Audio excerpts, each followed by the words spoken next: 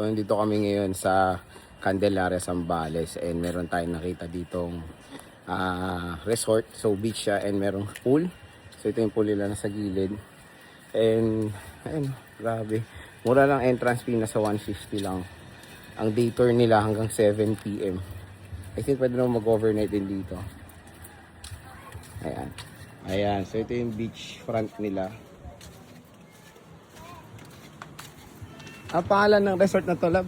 Ha? Anong pangalan? Jones. Jones Bridge? Village. Jones Village. Ayan. Oh, ganda oh. Ay oh. Ayan. So, merong pool nandun. Di ba?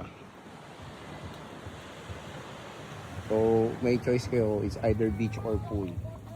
And 150 pesos lang. Ganda oh. So ayan, magre-ready na kami, magluluto na kami. So may ihawan doon. Nandun yung pool and may cottage din dito. Lab, magkano tong cottage? 1.5 yan, tinawaran ko Bukod pa yung entrance? Wala na. Kasama na entrance? Okay po entrance, di ba doon? Hindi pa kasama. So bata, magkano bata? Consent ka.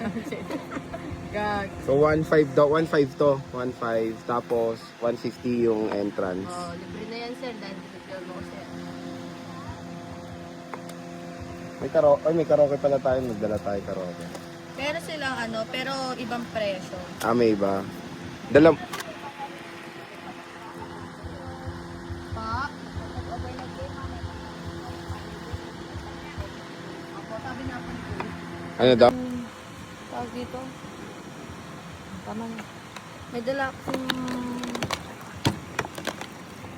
Bakit tawag? Maghintay ka, mapalo na kita, ha? Naiinis ako, ha?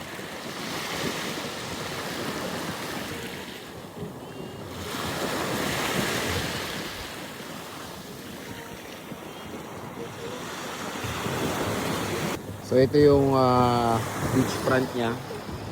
Ayan yung resort, di ba? May option kayo mag-swimming pool or magdagat. Ganda. So yun yung famous na Putipot Island. Ayan, Isla de Putipot. Kaso sarado siya.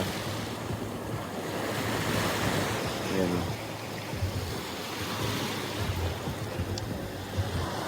So ito yung pool nila. Ayan. Dali. Oh, careful. Careful.